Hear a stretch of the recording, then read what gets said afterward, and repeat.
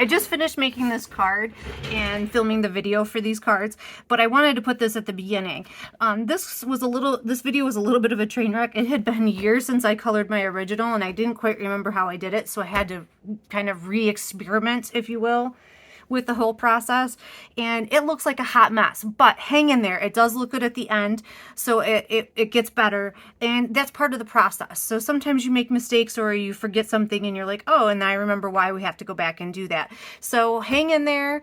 This was a good reminder for me, and it's a good lesson hopefully for you. So have a great day, guys. Enjoy the card. Hello and welcome. Today I'm going to do a card with embossing, but we are going to use a diffuser.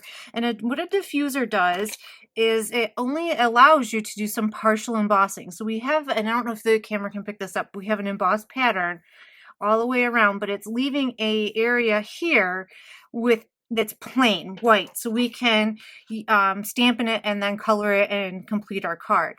And I bought these at Joann Fabrics. I don't know if they still carry them, but this is where I bought them, and I'm going to use it in place of one of my plates. All right, so I'm going to do the big reveal right here on camera. So as I open this up, look at this. We have this cool piece of embossed cardstock, yet the center piece here was not embossed where that square was, and we can now stamp that bird and that square to color that.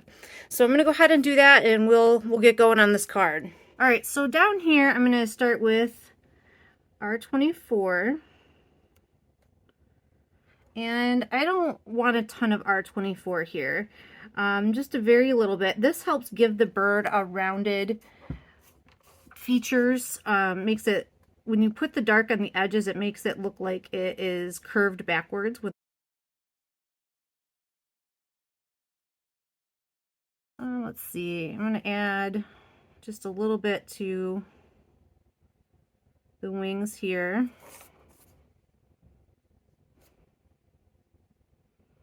And I am flicking up, this gives the wings a little bit more shape, I think. Okay, so now we're going to start blending that out with R22.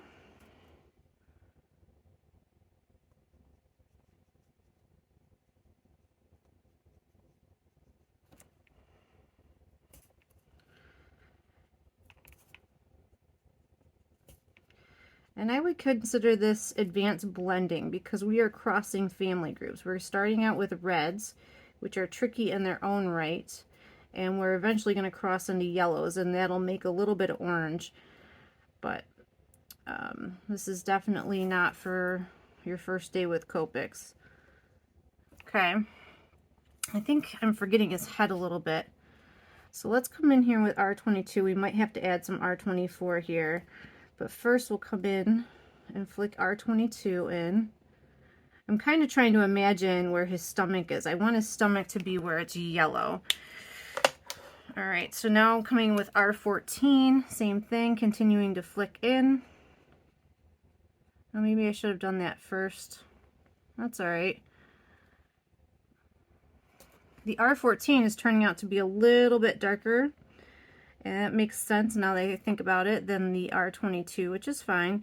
So that's good. We're darkening up these edges again, and it's still blending out the R24.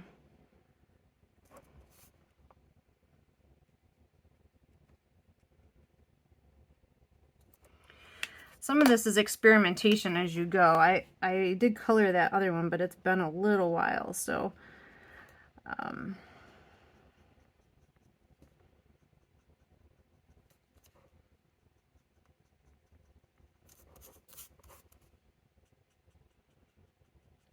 so there we go. And now we'll come in with our 21, and this is definitely pink.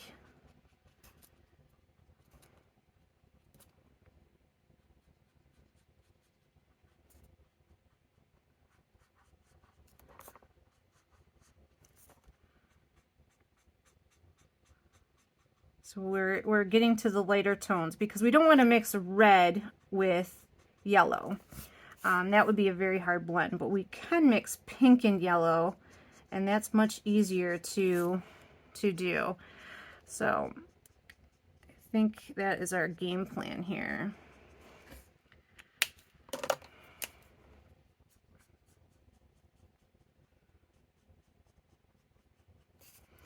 So now this is ROO, and it's very light. I'm going to have to come in here and do a second round of blending, and that is fine by me. So kind of like mapping out the colors here a little bit. And this is the YR23, and we're going to flick up with the Y13. And this is going to give us our yellow belly, but we're going to come back in with that ROO and blend back into it. I might add Y11 in here too. I think that will help us. There we go. Yeah, that's softening that out a lot with the yellows. Perfect. All right. It's getting a lot, it's very wet right there, so I don't want to aggravate that. But let's work at the top of the bird where it's not so wet. And let's actually start with RV14. And we can work on getting a good blend now. Before we were kind of just mapping out where everything was going to go. Now we know where things are, so we can map this out a little better.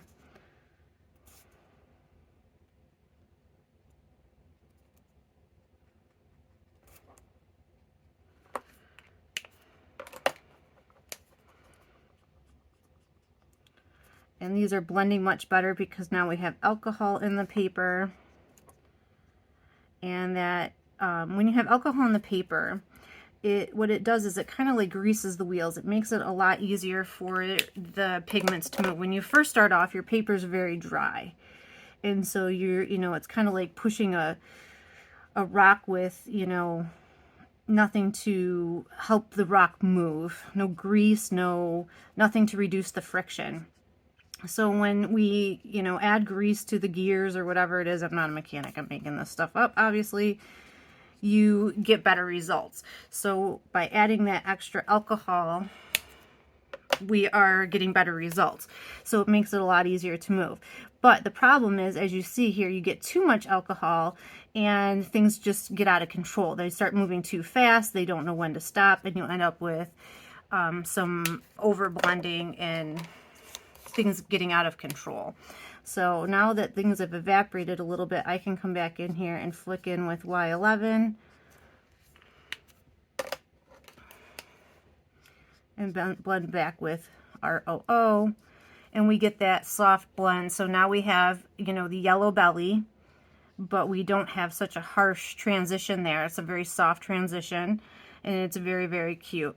So I'm going to call the body of the bird done.